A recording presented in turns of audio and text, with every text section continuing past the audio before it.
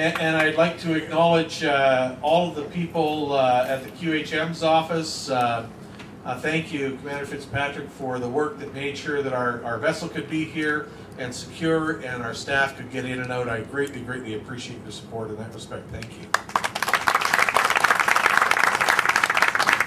I would be remiss as well if I didn't draw to your attention that not only did we have a new boat here this morning, but we also had to have people to operate it. And we asked those people to get up at 4 o'clock this morning and meet me here at 5. Make sure the boat was up and running and safe, and they were here right on time, and they did their job admirably this morning and beyond. And I would like to acknowledge the captain, our first captain of our baseline service, Captain Bill Day. Bill. And our first mate on the vessel, Rusi Jokai. Thank you. I appreciate it. And without further ado, I have a leader as well. And I'd like to acknowledge him and have him come forward and say a few words. The president of Victoria Harbour Ferry, Nick Sampson. Today we have 140 passenger boat started this morning. We have a second one in about 3 weeks' time. It's presently being refitted and Transport Canada certified. And from what I hear from Barry this morning, the sooner the better. So, about Victoria Harbour Ferries, the business was started with 2 vessels in 1990. We transport more than 100,000 people a year, and we try to do it all, and we do it all at sea level. Our safety record is second to none. So we are ready. This is our first step. And we're looking at the possibility of connecting even more communities in the region in the future. In the words of the Navy, anchors away. Thank you. I want to express my personal thanks, sir, for your cooperation and your understanding and your patience in allowing us to be a part of this process. And I'd like you to come forward, if you would, and say a few words. Thank you. That always happens. Mayor Desjardins, councillors from Esquimalt and Langford and Colwood, Nick Sampson, thanks so much for being here. Members of the D&D team and others who have come down this morning. I have to tell you that one of the more difficult decisions I've had to make in my 2 years here was to suspend the Blue Boat service, because even though it was an absolutely necessary decision based on operational requirements, it wasn't lost on any of us what the impact of the loss of the Blue Boat was going to be, not only to the folks that work here on the base, but to the community that shares our regional transportation issues. And we knew it was going to be a tough road to hoe when it came to dealing with this issue.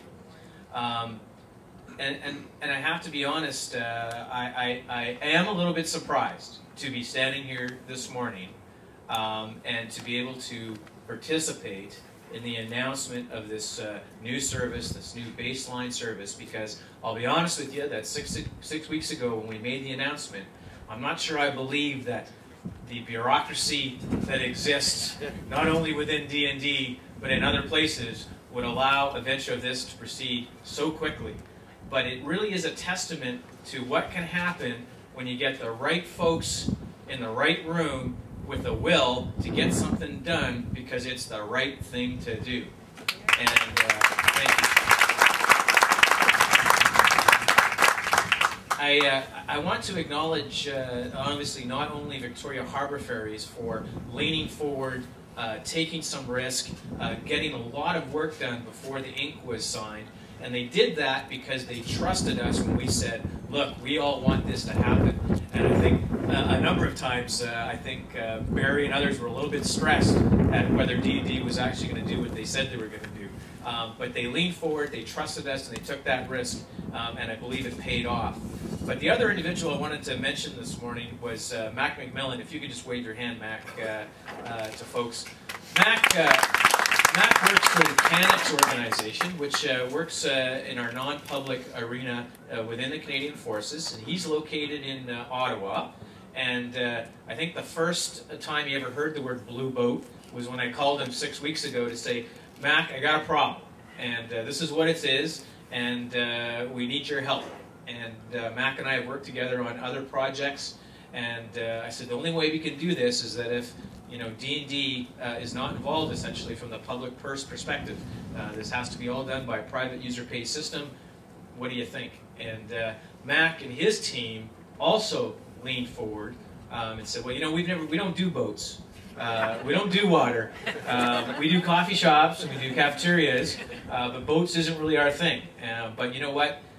We're willing to help because, again, they knew it was the right thing to do, and they knew they had the capability and expertise to help us. So Mac, my personal thanks to you and your staff for being so great in assisting us in this. So thanks so much.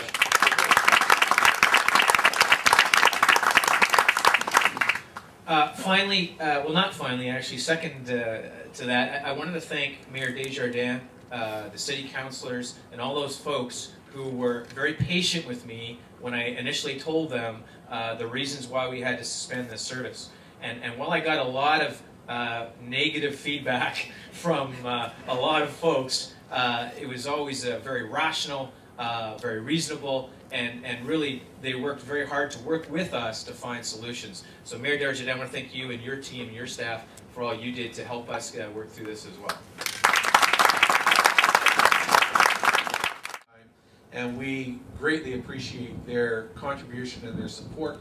And we've asked Mayor Desjardins to say a few words on behalf of those 4 communities. Mayor. And Base Commander Baines and Admiral for the support in getting this project moved forward and sailing. I also wanted to say thank you to the mayors and councillors, and there are a number of them here, which is a testament of how strongly we felt about this concern and this issue, that we're all here in support of today opening up. I want to say thank you for the opportunity on speaking on your behalf. We as communities, I call us the West Side communities, west of that funny colored bridge. We have gotten together over the last few years for a number of transportation, transit discussions. Usually it comes up because something has changed, and this was no different. Within a couple of weeks, we had a couple of things happen at the base that made some significant rumblings in the communities and some concerns.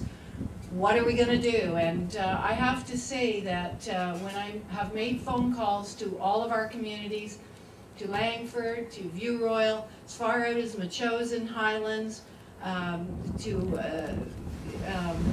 Colwood, everybody has come to the table, we've sat down and we've tried to work through what is it we can do as community leaders.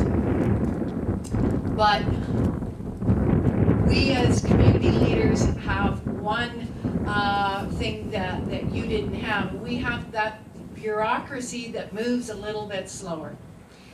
And the great thing was that our message got through to people like Barry and to the base commander, Craig Baines, and they were actually able to make something happen. Can you imagine that the federal government moved faster than municipalities? I just have to say that is so fantastic. This is a truly wonderful thing. When you can keep the number of cars off the road that we anticipated that we're going to go back onto the road, 400 to 800 cars, and it sounds like that with the added service that this is going to be significant. You get them off the roads, you get them off our side streets, and I have some councillors here that can tell you how many times in a week that they hear from residents about parking issues, those sorts of things. It's phenomenal. It's good for the environment. It's good for our communities. And I really want to say thank you for digging through that red tape, getting on with it, and making something happen. Public-private partnership at its very best. Mayor Graham Hill is not here, but he did send me a special note, and I do want to include that to you. And it's congrats from the Township of View Royal. Appreciate the rapid response and great energy that made this possible, but even more, the great out-of-the-box thinking from D&D Base Command and their security folks who have made this happen. So, congratulations to everyone, fair winds to all, and thank you from all of our communities. And just one last thing, you have been so successful at this that stage 2, which was part of my first ask, which was, what about the next step being dockyard? And then maybe, ultimately, somehow we get public. So I put that in your arena because you guys have been phenomenal with this one. There may be an opportunity down the road. Thank you.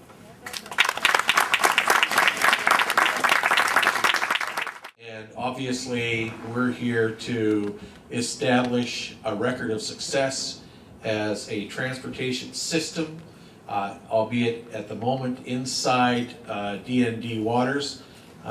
We'd be remiss if we didn't again think outside the box to look at where that might be a couple of years from now. And I mean, we can, I think, look at this reasonably and picture a day when you can be removing 2,000 vehicles from that roadway. And I think that's a reasonable place for us to go. Yeah, 3. Okay. 1, 2, 3. Perfect. Thank you very much. Mine is basically the replacement service for the blue boat that carried people to and from the Department of National Defense locations, CFB Esquimalt Dockyard and Naden, which ended yesterday, and they had a wonderful ceremony acknowledging the 50 years of service of those vessels and the people that ran them.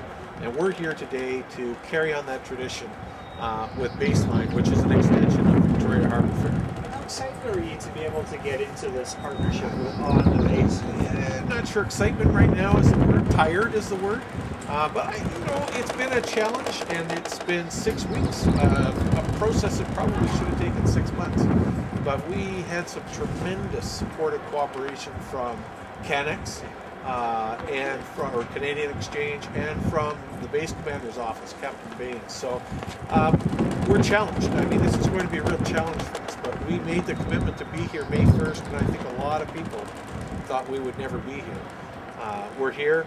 There are 400 fewer cars on the road today because we are here, and we're very proud of that fact. As much as we're proud of anything, we're proud of the fact that there's 400 cars that aren't having to drive to work, families being disrupted by having to deal with that, and communities not having to deal with finding parking places for those 400 cars. What's the capacity of the service that you have running right now? Currently the capacity is we move 40 people every 20 minutes, and that's about a third of the capacity that we have to achieve. Our second vessel will be in service, another 40 passengers, so by the middle of May, third week of May, we'll be moving 80 people every 20 minutes, and then we hope by July sometime we'll have that third boat in service, and our goal is to move 120 people every 20 minutes. How much is the service going to cost? Well, that's a very good question. We did in the neighborhood of 745 surveys of riders that are on these boats every day, and the number one question was cost. And when we looked at that, we realized that we had to keep it as close to transit costs as we could. $2.50 one way. I don't know what a bus ticket is, but I'm assuming it's pretty close to that. So our goal was keep it reasonable and keep it usable and keep it close to transit costs. So $5 to get to and from work a day. $5 if you do it a day. If you do it monthly, it's $4. So your monthly pass, you're down to $4 or $2 one way, which we think is a pretty reasonable price. 50 years of history you're replacing there. Do you have it in you to get that many years under your belt? I think what we have in us right now is a determination to establish this as the foundation for demonstrating that, as I said earlier, the straightest line between 2 points when you live on an island is the water. So we're going to be here for a long time, providing service here, and we need to start looking at and working with local communities to ensure that there's a better way to open that up for public use. That was my next question. Talk a little bit about the public ambition. Well, our ambition, I guess, or our eyes are set on working with local communities and determining whether or not there's a will and a way and a location that we can build a transit service, for want of a better term, that allows people to not have to deal with stoplights and traffic snarls and parking and fuel costs, etc. Simply those people that want to get to and from work. And there has to be a way to do that. So we're going to start looking. Oh, okay, because we're doing that. Hi. Yeah. Hello, Bill. Again, sir. Yeah. Is Barry coming with us?